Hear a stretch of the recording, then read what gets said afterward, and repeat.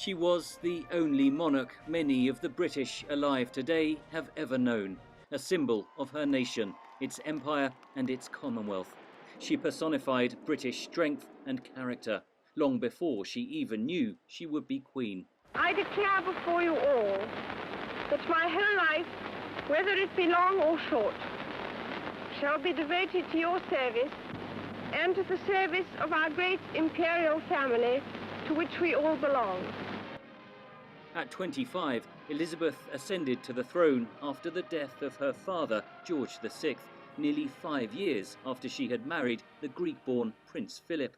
She saw a thorough transformation of society and technology during her reign of more than 7 decades, a time in which she warned about the dangers of throwing away ageless ideals while embracing the advantages of new inventions. She sent out her first tweet in 2014. There are few records she did not break. She was Britain's most travelled, oldest, longest reigning monarch.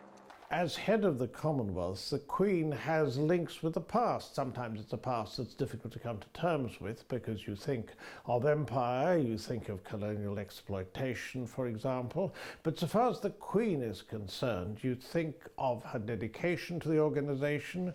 She represented Britain in friendships with those who held in common the British values of freedom, equality and democracy.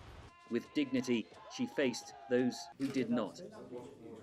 Being seen with her was a means of gaining the appearance of prestige. The Queen was not immune to criticism in her own country.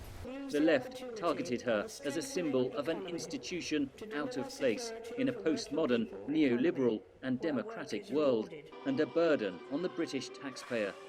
The death of the popular Princess Diana was an opportunity for her critics, who accused her of being coldly slow to react. What I say to you now, as your Queen and as a grandmother, I say from my heart. First, I want to pay tribute to Diana myself.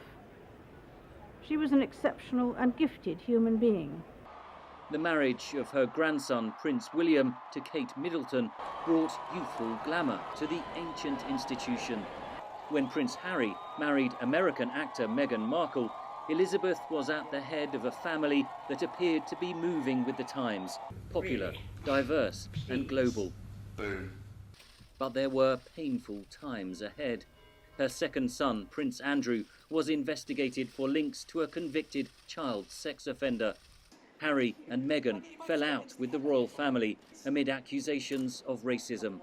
The passing of Elizabeth's husband, Prince Philip, in 2021 left an enduring image, a queen mourning alone as the coronavirus pandemic swept across her nation.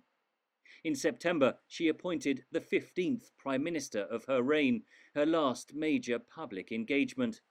Queen Elizabeth remains a giant in the history of one of the planet's great nations, a bridge between Britain's colonial past and its future as a global player in a world vastly different from the one she was born in. Visiting Germany in 2015, she spoke of the vast changes she had witnessed. In our lives, Mr. President, we have seen the worst, but also the best of our continent. We have witnessed how quickly things can change for the better. But we know that we must work hard to maintain the benefits of the post-war world. Britain's royal tradition, of which Elizabeth was a steward, is now in the hands of her heirs. The Britain they inherit is a drastically different one in terms of demographics, culture and economics. In a globalised, pluralistic world, their job of projecting an image of greatness is no less complicated. Henry Ridgwell for VOA News, London.